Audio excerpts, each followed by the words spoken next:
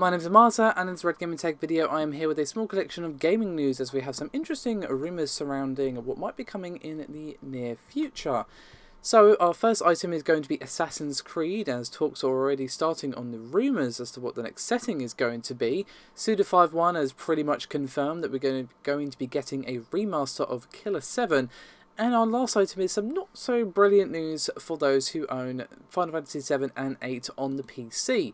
But as I said, let's start things off with Assassin's Creed. Now obviously, as everyone ever knows, the series took a much needed break after Assassin's Creed Syndicate, because I was quite disappointed with that one, as were a lot of other people, because it very much was Assassin's Creed by numbers, and Origins was much better. It has its issues, but you can tell that the team benefited from that little bit of a breather.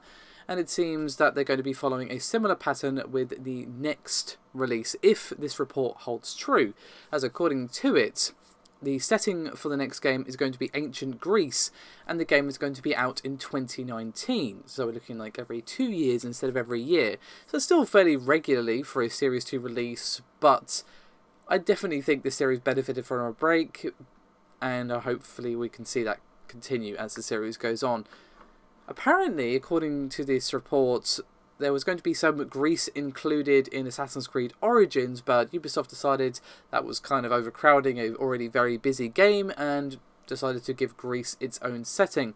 And you might go, okay, that's all great and all, but where does this rumour actually come from? It comes from a fellow by the name of Liam Robertson.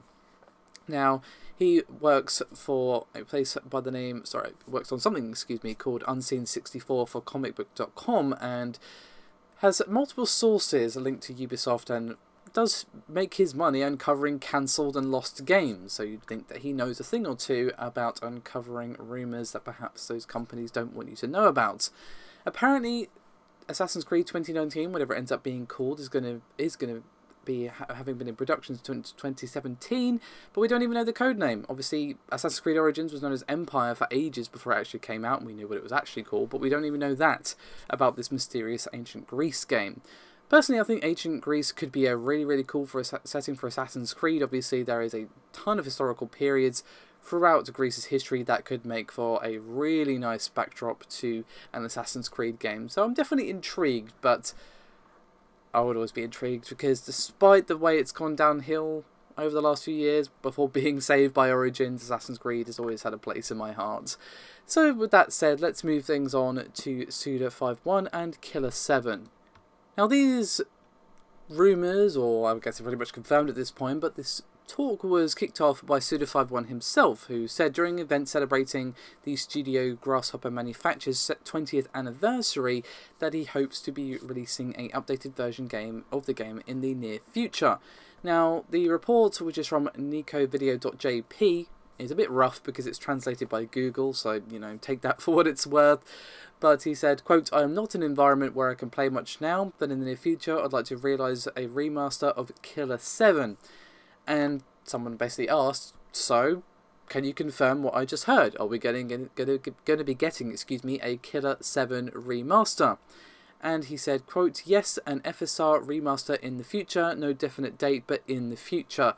So, no platforms or any real promises, but basically saying that yes, this is something that I'd like to do, and I think a lot of people would be like, hell yes, because this is a cult classic, a very bizarre game, a very unique game that I definitely think could benefit from the old remastered treatment. I don't think it would sell bucket loads by any means, but I definitely would be down for this if it does happen.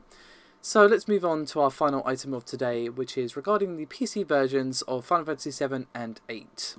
And it seems the scourge of protecting against DRM has struck again against legitimate owners of the game, as the DRM server was down for about 20 hours according to posts on the Steam community for the games, and basically means that you couldn't play the game for like 20 hours. There's a huge Steam thread and a huge Reddit thread, which is actually where I saw this thanks to the user Joseph on r/PC Gaming, but basically the DRM server fell over, people were left unable to access the game they paid for 20 hours.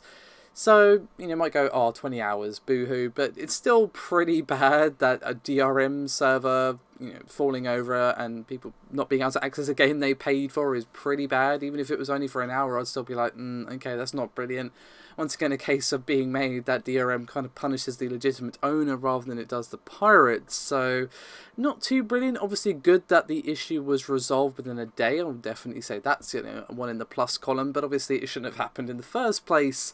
And if it did happen, obviously, these things happen. People should have still been able to access the game. I think that's the issue. Maybe they couldn't get achievements or something during that time.